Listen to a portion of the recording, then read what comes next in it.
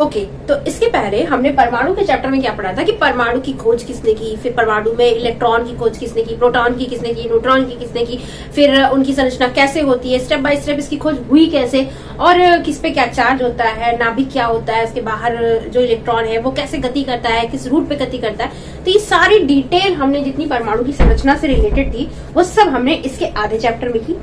उसमें हमने ये पढ़ा जो इलेक्ट्रॉन होता है उसका मेन रोल होता है दूसरे तत्वों के साथ क्रिया करने में, दूसरे एटम्स के साथ क्रिया करने में, ठीक है। तो अब हम ये जानेंगे कि वो इलेक्ट्रॉन कैसे दूसरे से, मतलब क्या उनका फॉर्मूला होता है, क्यों करते हैं और कितने रेशियो में करते हैं, कितने तरीके से बॉन्ड बनाते हैं, तो ये सब हम आज देखेंगे। तो सबसे पहला टॉपिक है संयोजकता। उसके पहले मैं आपको एक चीज बता दूं, एक हिंट बता दूं कि वैसे एग्जाम में क्वेश्चन आता है तो इसलिए इस पॉइंट ऑफ व्यू से भी इम्पोर्टेंट है। जब मैं छोटी थी तो मैंने भी ऐसे ही पढ़ा था जब मैं पढ़ती थी कि इलेक्ट्रॉन की खोज किसने की, न्यूट्रॉन की खोज किसने की, इलेक्ट्रॉन की खोज किसने की, प्रोटॉन की खोज किसने की, न्यूट्रॉन की खोज किसने की, ये एग्जाम में आता था। तो इसके लिए हम लोगों ने एक ट्रिक लगाई थी, हमारे सर ने एक ट्रिक बताई थी, दैट इज ईटा पर नाचे। इससे आप समझ सकते हो ई इलेक्ट्रॉन, इलेक्ट्रॉन की खोज किसने की थी, थॉमसन ने, ठीक है। और प से प्रोटॉन, और प्रोटॉन की खोज किसने की थी, रदरफोर्ड ने। और ना से न्यूट्रॉन, और न्यूट्रॉन की खोज किसने की थी, चैडविक ने। हो गया, तो ये क्या हो गया, ईटा पर नाचे। अब इस फॉर्मूले से आप गेस कर सकते हो, अगर आपको ये छोटा सा फॉर्मूला याद हो, मुझे तो आज तक याद है और मैं इसी से गेस कर लेती हूँ। तो आप आएगा क्वेश्चन की इलेक्ट्रॉन की खोज किसने की, प्रोटॉन की किसने की, न्यूट्रॉन की किसने की। ये इंपॉर्टेंट क्वेश्चन है, ये वन वर्ड में आता है। तो आप इससे बता सकते हो कि ईटा पर नाचे यानी इलेक्ट्रॉन की खोज थॉमसन ने की, प्रोटॉन की खोज रदरफोर्ड ने की, और न से न्यूट्रॉन और च से चैडविक, न्यूट्रॉन की खोज चैडविक ने की। ओके, अब इसके आगे हम पढ़ेंगे संयोजकता। संयोजकता बहुत इंपॉर्टेंट है, ये पूरी ग्राफिक मतलब डिजाइन करती है कि कौन किससे कब कैसे रिएक्शन करेगा, ठीक है। तो संयोजकता में क्या है कि संयोजकता कहाँ से शुरू होता है इसका चैप्टर। एक्चुअली क्या होता है कि आपको तो ये तो पता ही है कि यहाँ नाभिक है, नाभिक में प्रोटॉन है और न्यूट्रॉन है, न्यूट्रॉन पे कोई चार्ज नहीं है और इसके चारों तरफ इलेक्ट्रॉन घूम रहे हैं। एक उनकी एक स्पेसिफिक कक्षा है, एक ऊर्जा स्तर है KLMN, ये हमने इसके आगे हाफ चैप्टर में पढ़ा था। तो भैया होता ये है कि ये जो इलेक्ट्रॉन है इनके एक नंबर होते हैं, ठीक। अब क्या है कि अगर बाहर इनके जो कोश हैं, इसमें जितने कमरे हैं अगर वो पूरे भरे हैं, उसमें पूरे वैकेंसी फुल है, तब तो ये सिद्ध महात्मा हो जाएंगे, इनको किसी से फिर कोई मतलब नहीं है ना, इन्होंने मोक्ष प्राप्त कर लिया। लेकिन अगर इसमें कोई भी जगह खाली है तो जब तक ये जगह खाली है तब तक इनकी आत्मा भटकती रहेगी कि कोई मिल जाए, मेरी ये कक्षा पूरी हो जाए तो मैं एस्टेब्लिश हो जाऊं, कोई भी इलेक्ट्रॉन में मिल जाए तो हम यहाँ पर आ जाए और ये हमें हो जाए, हमारा पूरा हो जाए, तभी हमें शांति मिलेगी, वरना ये इधर उधर भटकते ही रहेंगे। तो देखो जैसे जैसे इलेक्ट्रॉन बढ़ते जाते हैं, एक एक एटम, एक एक इलेक्ट्रॉन पे एक एक एटम की कैरेक्टर्स बदल जाते हैं और वो हर एक इलेक्ट्रॉन जैसे जैसे उसके नंबर्स बढ़ जाते हैं, इलेक्ट्रॉन बढ़ जाते हैं। जैसे हाइड्रोजन है 1, फिर हीलियम है 2, फिर लिथियम, बेरिलियम, बोरॉन, फिर कार्बन, फिर देखो लिथियम का 3, बेरिलियम का 4, बोरॉन का 5, 6, नाइट्रोजन 7, ऑक्सीजन, ऐसे से करके होता चला जाता है। आगे जैसे जैसे इलेक्ट्रॉन के नंबर बढ़ते जाते हैं, जैसे इलेक्ट्रॉन के नंबर बढ़े कैरेक्टरिस्टिक बदले, एक नया तत्व आ गया, फिर इलेक्ट्रॉन के नंबर बढ़े, एक नया कैरेक्टरिस्टिक आया, एक नया तत्व आ गया। तो इस तरह से करते करते नए नए परमाणु, जैसे जैसे इलेक्ट्रॉन बदलते जाते हैं, कैरेक्टरिस्टिक बदलते जाते हैं, नया नया परमाणु एग्जिस्ट होता है। तो हमें इसको एक सीक्वेंस में रखा है, ठीक। अब ये तो तुम्हें समझ में आ गया कि जितने भी हैं, अब दो चीजें हमने पढ़ी थी, परमाणु द्रव्यमान और परमाणु क्रमांक। तो देखो परमाणु द्रव्यमान का यहाँ रोल नहीं होता, यहाँ रोल होता है परमाणु क्रमांक का। जो परमाणु क्रमांक होते हैं वो ही नंबर होते हैं इलेक्ट्रॉन के। तो परमाणु क्रमांक होता है कि परमाणु का क्रमांक, ठीक है, बराबर होता है प्रोटॉन के, नंबर ऑफ प्रोटॉन के और नंबर ऑफ इलेक्ट्रॉन के, ठीक है। तो जितने परमाणु क्रमांक होगा उतने ही प्रोटॉन के नंबर होंगे, उतने ही इलेक्ट्रॉन के नंबर होंगे। और इलेक्ट्रॉन ही होता है सारा किया धरा का, जितना डाटा फैलता है वो इलेक्ट्रॉन की वजह से फैलता है, ठीक है। तो अब क्या होता है संयोजकता में, क्या होता है कि जितने बाहर इलेक्ट्रॉन है, अब इनको क्या करना है, अपनी कक्षा पूरी करनी है, यानी कि 8 इलेक्ट्रॉन पूरे करने हैं। 8 होने से पहले तो और भी तो नंबर आएंगे, 8 के पहले 7, 6, 5, 4, 3, 2, 1, ठीक। तो अब क्या है कि जिसके पास 1 इलेक्ट्रॉन है, इसको 8 पूरे करने के लिए कितने इलेक्ट्रॉन चाहिए, 7। जिसके पास 2 है उसको कितने चाहिए, 6। जिसके पास 3 है उसको 5, जिसके पास 4 है उसको 4, 5, फिर ऐसे ही ये उल्टा हो जाएगा, है ना। 5 है तो 3, फिर 6 है तो 2, और 7 है तो 1 और 8 है तो कुछ नहीं। तो जब जिसके बाहर वाले आउटर मोस्ट में 8 इलेक्ट्रॉन होते हैं उसको तो कोई दिक्कत नहीं है, क्योंकि उसके तो ऑक्टेन पूरे हैं, इसको हम बोलते हैं ऑक्टेन, ठीक है। तो इसके तो ऑक्टेन पूरे हैं। ये तो भैया हो गए क्रिस्टियन नोबल गैसेस ही होती हैं इसमें, ठीक।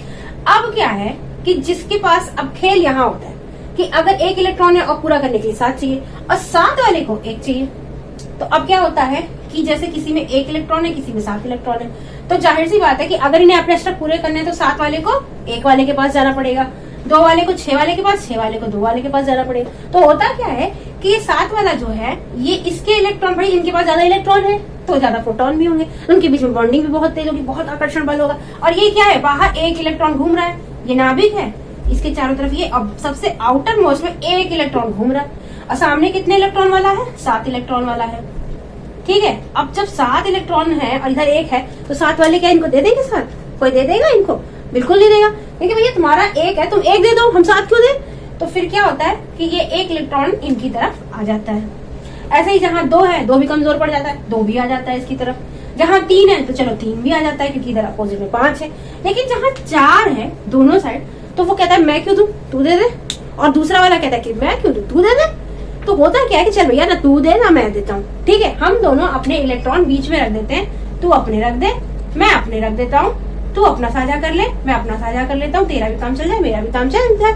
ऐसा कौन सा एटम है? कार्बन है। और कार्बन क्योंकि साझेदारी करता है, दोनों अपने अपने इलेक्ट्रॉन इक्वल रखते हैं, इक्वल है तो बीच में रख देते हैं साझेदारी वाला, तो ये होता है सहसंयोजक बंधन। और जहां पर इलेक्ट्रॉन दे दिया जाता है या इलेक्ट्रॉन ले लिया जाता है तो वहां पर क्या होता है, विद्युत बंध बनते हैं, क्योंकि जो दे देगा तो भैया वो तो धनी है, उसके ऊपर धन चार्ज आ गया। 1 इलेक्ट्रॉन दिया तो +1 आया, 2 इलेक्ट्रॉन दिया तो +2 आया, 3 इलेक्ट्रॉन दिया तो +3 चार्ज आया।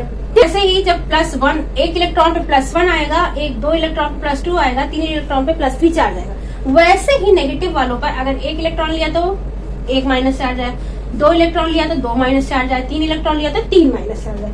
कहने का मतलब ये है कि एक तरफ बनता है धनायन और एक तरफ बनता है ऋणायन, ठीक है। अब इसके पहले ही हमने पढ़ा है धनायन और ऋणायन के बारे में, तो पढ़ा ही है ना। तो जब क्या होता है कि एक पक्ष हो जाता है धनायन, ठीक है, और एक पक्ष हो जाता है ऋणायन, तो धनायन और ऋणायन के बीच में जो बॉन्डिंग होगी वही तो वो आयन बॉन्डिंग ही तो होगी। आयन के बीच में हो रहा है तो आयन बंद ही तो बनेगा, ठीक है। तो इनके बीच में जो होता है वो इलेक्ट्रॉनिक बॉन्ड होता है, वो आयन बंद होता है, बहुत मजबूत होता है, ठीक है। तो यहाँ पर हम ये समझ रहे थे कि संयोजकता क्या होती है। तो भाई संयोजकता होती ये है कि अष्टक पूरे करने के लिए, क्योंकि अष्टक जरूरी है, तो 8 पूरे करने के लिए जितने भी रायता फैलाना पड़ता है, यानी जितने इलेक्ट्रॉन या तो देने पड़े या तो लेने पड़े, या कोई भी एटम जितने इलेक्ट्रॉन देता है या लेता है वही उसकी संयोजकता होती है, ठीक है। अब इसके लिए आपको कैसे याद होगा कि किसकी संयोजकता क्या है? देखो भैया धीरे धीरे पढ़ते पढ़ते याद हो जाता है, कोई भी आइंस्टीन नहीं होता, तो ऐसे ही आपको याद हो जाएगा, कोई टेंशन की बात नहीं है। आप बस रेगुलर पढ़ते रहो, पढ़ते पढ़ते याद हो जाएगा।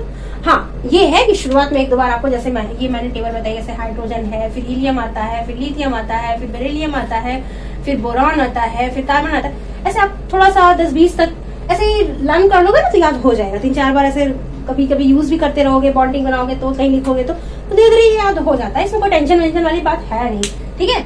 अब क्या है कि जैसे आप ये सब देखोगे ना यहाँ 1 2 3 4 5 6, तो आपको ये अंदाजा लग जाएगा कि 1 है तो इसको, भाई इनके पास तो एक ही कोश होगा ना, 1 इलेक्ट्रॉन है तो इनको 1 ही चाहिए, तो इनकी संयोजकता 1 है। ये 2 है तो इसी तो बात ही मत करो, क्योंकि अगर इसके पास एक बॉक्स है और 2 इलेक्ट्रॉन तो पहले से ही भरा हुआ है। अच्छा देखिए इसमें तो 2 हो गया, अब इसके आगे क्या है, 3 है, 3 है तो एक बॉक्स ये हो जाएगा, एक बॉक्स ये हो जाएगा, इस हिसाब से। अब ये है तो यहाँ पर क्या होगा, 2 कॉमा जितने आगे हैं 2, ठीक। अब इस तरह से आगे आगे जैसे जैसे हम बढ़ते जाते हैं उस तरह से हमारी परमाणु क्रमांक बढ़ते जाएंगे, और परमाणु क्रमांक के हिसाब से वैलेंसी। अब जैसे यहाँ 6 है तो 6 का मतलब क्या है, 2 के बाद 4 बचा, ठीक। अब इसमें क्या है, 2 के बाद 3 बचा, 5 है तो देखो एक चीज यहाँ पर थोड़ा सा कंफ्यूजन हो रहा होगा कि ये कैसे, देखो बताते। जैसे पहले हमने ये बताया कि पहले एक बॉक्स आएगा, ये होगा उपकोष S, इसके बाद जो आएगा इसमें 2 इलेक्ट्रॉन होंगे। अब 2 से ज्यादा अगर आपके पास इलेक्ट्रॉन है तो आपको सेट मिलता है पूरा, एक पहले छोटा मिलेगा और एक बड़ा, एक में आप रख सकते हो 2 इलेक्ट्रॉन, और उसके बाद अगले स्टेप में आपको मिलेगा 2 बॉक्स, हाँ, यानी कि आपको दोनों मिलेंगे, S और P दोनों मिलेंगे, ठीक। यानी कि आपका जो परमाणु क्रमांक है वो ऐसे ही डिवाइड होगा, 2 और इसके आगे जो आएगा, फिर 2 फिर इसके आगे जो आएगा, है ना। तो अब जैसे जिसका 1 था, हाइड्रोजन का 1 था, तो चलो इसी में आ गया, हीलियम का एक ही बॉक्स में काम चल गया। लेकिन जब लिथियम आया तो लिथियम का परमाणु अंक कितना है, परमाणु क्रमांक 3 है, यानी कि 2,1 ऐसे लिखा जाएगा। और फिर लिथियम के बाद बेरिलियम आता है ना, बेरिलियम का क्या है 4, तो कैसे लिखा जाएगा 2,2। अब बाहर वाले में 2 ही इलेक्ट्रॉन है, ठीक, तो 2 ही इलेक्ट्रॉन है, बाकी सारे बॉक्सेस खाली है तो 2 दे देगा ये। फिर बोरान है, बोरान का कितना है 5, तो 5 का क्या मतलब हुआ 2,3, बाहर वाले में कितने इलेक्ट्रॉन है 3। इसके बाद क्या आया कार्बन, कार्बन का होता है 6 का क्या मतलब हुआ 2 और 4, ठीक है ना। मतलब इसका जो लिखा जाता है, जो इलेक्ट्रॉन डिवाइड किया जाता है अलग अलग कोश में, वो पहले वाला एस वाले में डिवाइड करिएगा आप, पहला आपका एस में जाएगा। फिर उसके बाद अगर 2 से ज्यादा है तो दूसरी कक्षा आ जाएगी, आपको प्रोवाइड की जाएगी। दूसरी कक्षा में फिर आपके जितने बचे होंगे वो जाएंगे। पहले कक्षा में आप 2 इलेक्ट्रॉन घूमेंगे और जब बाकी बचेंगे वो अगर मोर देन 2 है तो पहले 2 एक में आ जाएंगे, उसके बाद आगे वाले दूसरी कक्षा में भेजे जाएंगे, ठीक है। ऐसे ही लिखा जाएगा, पहली वाली कक्षा में आप 2 रखिए, उसके बाद उससे जितने एक्स्ट्रा इलेक्ट्रॉन है वो अगली कक्षा में रख दिए जाएंगे। और इसी हिसाब से इसकी वैलेंसी जो होती है वो डिसाइड होती है कि अगले कक्षा में 4 इलेक्ट्रॉन है तो इसकी वैलेंसी 4 होगी। 5 इलेक्ट्रॉन है, अब जैसे 6 है, कार्बन का 6 है, कार्बन के बाद क्या आता है नाइट्रोजन, नाइट्रोजन का 7 है, 2 और 5, ठीक। तो इस तरह से करके इनका ये डिसाइड होता है कि आउटर मोस्ट में जितने इलेक्ट्रॉन है वही इसकी वैलेंसी होती है, ठीक है। अष्टक पूरी करने के लिए जितने, अब 4 है तो 4 की जरूरत है तो 4 इसकी वैलेंसी है, 3 है तो 3 ये दे देगा, ठीक है, तो इसका संतुष्ट हो जाएगा, तो 3 है, इसके 3 धनायन इसके ऊपर बनेंगे। इस तरह से इसकी वैलेंसी होती है। अब इसके बाद हम पढ़ते हैं परमाणु संख्या। जैसे कि मैंने पहले ही बता दिया परमाणु संख्या क्या होती है। परमाणु संख्या होती है कि जो नाभिक में है प्रोटॉन की संख्या और बाहर जो इलेक्ट्रॉन की संख्या है, ठीक, वो ही होती है परमाणु संख्या। अभी मैंने इसके पहले ही बताया था परमाणु क्रमांक या परमाणु संख्या क्या होती है, वो नंबर ऑफ प्रोटॉन होती है और नंबर ऑफ इलेक्ट्रॉन, ये तीनों एक ही चीज है, ठीक है। नंबर ऑफ प्रोटॉन जितने होंगे वही उसकी परमाणु संख्या होगी, या नंबर ऑफ इलेक्ट्रॉन भी कह सकते हैं, और जो भी रिएक्शन में काम आता है यही नंबर। इसके बाद होता है द्रव्यमान संख्या। द्रव्यमान संख्या क्या होती है, द्रव्यमान होता है परमाणु का नाभिक में, ये हमने आगे भी पढ़ा है। तो द्रव्यमान में नाभिक में होता है, तो नाभिक में क्या होता है प्रोटॉन और न्यूट्रॉन होता है। तो यानी कि प्रोटॉन जितना होगा और न्यूट्रॉन जितना होगा, ये दोनों मिला के जितना होगा यही नाभिक का भार होगा और यही परमाणु का भार होगा, यानी कि यही होगा द्रव्यमान संख्या, ठीक है।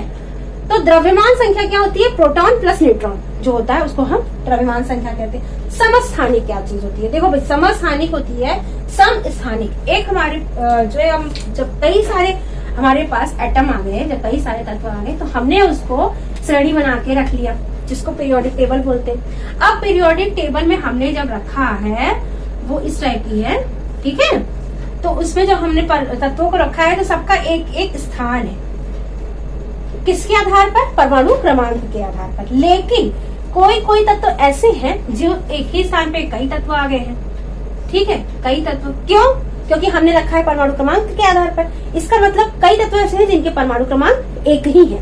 तो समस्थानिक यानी समान स्थान। कहाँ समान स्थान, ये जो इसकी पीरियोडिक टेबल है इसको बोलते हैं आवर्त सारणी, ठीक। एक आवर्त सारणी बनाई गई है, ये एक कैलेंडर टाइप का है जिसमें सारे फैमिली मेंबर हमने रखे हैं, ठीक, सबकी एक एक जगह है। और समस्थानिक जो एक ही जगह पर 2-3 लोग आ गए, किस आधार पे, उनके परमाणु क्रमांक के आधार पर। उदाहरण जैसे कि हाइड्रोजन के 3 समस्थानिक होते हैं, यानी 3 रूप होते हैं। जैसे हाइड्रोजन प्रोटियम होता है जिसमें 1 परमाणु क्रमांक होता है, ड्यूटेरियम 2 और ट्राइटेरियम जिसमें 3 होता है, ठीक। अब इन सब इनका परमाणु क्रमांक 1 होता है, भार अलग अलग होता है, ठीक। इनका परमाणु क्रमांक 1 ही होता है। और आवर्त सारणी में किस हिसाब से स्थान दिया जाता है, परमाणु क्रमांक के स्थान पे। तो परमाणु क्रमांक क्योंकि एक ही है तीनों का 111, तो इसीलिए इनको एक ही सीट मिली हुई है, इसको बोलते हैं समस्थानिक। एक दूसरा उदाहरण कार्बन का भी है। कार्बन का एक जो है जो तत्व पाया जाता है वो उसका परमाणु क्रमांक जो है 6 है, लेकिन परमाणु भार 12 है, और दूसरे का 14 है, लेकिन परमाणु क्रमांक दोनों का 6 है, इसलिए उनको सेम जगह मिली है, ठीक है। तो ऐसे तत्व जिनका जो परमाणु क्रमांक होता है वो सेम होता है, परमाणु भार अलग अलग होता है, उसको बोलते हैं समस्थानिक। और इसी का उल्टा होता है संभारिक। संभारिक क्या होते हैं, संभार, भार यानी द्रव्यमान, जिनका द्रव्यमान समान होता है। जैसे कि जो आर्गन है इसका भार भी 40 है, ठीक है, और कैल्शियम का भी 40 है, दोनों का। लेकिन अब द्रव्यमान दोनों के समान है, लेकिन क्या है कि इस आर्गन का 18 होता है और इसका 20, क्या परमाणु क्रमांक। तो 18 है तो इनकी जगह उत्कृष्ट गैस में है, 20 है तो ये यहाँ पर सॉलिड में है कैल्शियम, ठीक है। तो जगह इनकी अलग अलग है क्योंकि परमाणु द्रव्यमान समान है, इसलिए इनको बोलते हैं समभारिक। समस्थानिक के उपयोग क्या क्या होते हैं? देखो समस्थानिक बहुत उपयोगी चीज होती है। उसका जैसे यूरेनियम के समस्थानिक होते हैं, यूरेनियम के समस्थानिक को परमाणु भट्टी में उसको एज अ फ्यूल यूज करते हैं हम लोग, ठीक है। कैंसर के इलाज में कोबाल्ट का समस्थानिक जो कोबाल्ट होता है उसका यूज किया जाता है। घेंगा रोग में आयोडीन के समस्थानिकों का इस्तेमाल किया जाता है, ठीक है। इस तरह से हमने देखा कि परमाणु संरचना क्या होती है, संयोजकता क्या होती है, परमाणु संख्या क्या होती है, द्रव्यमान संख्या क्या होती है, समस्थानिक क्या होते हैं, समभारिक क्या होते हैं, और आवर्त सारणी भी मैंने आपको एडिशनल बताया। उपकोष क्या होते हैं, कोष तक आपके चैप्टर में बताया गया, मैंने उपकोष भी बताया कैसे कैसे इलेक्ट्रॉन उसमें आते हैं, रखे जाते हैं, उनके क्या रोटेशन के स्पिन होते हैं, एक उल्टा जाता है दूसरे के अपोजिट रहता है। ये सारी चीजें मैंने इस चैप्टर में आपको बताया। Okay students.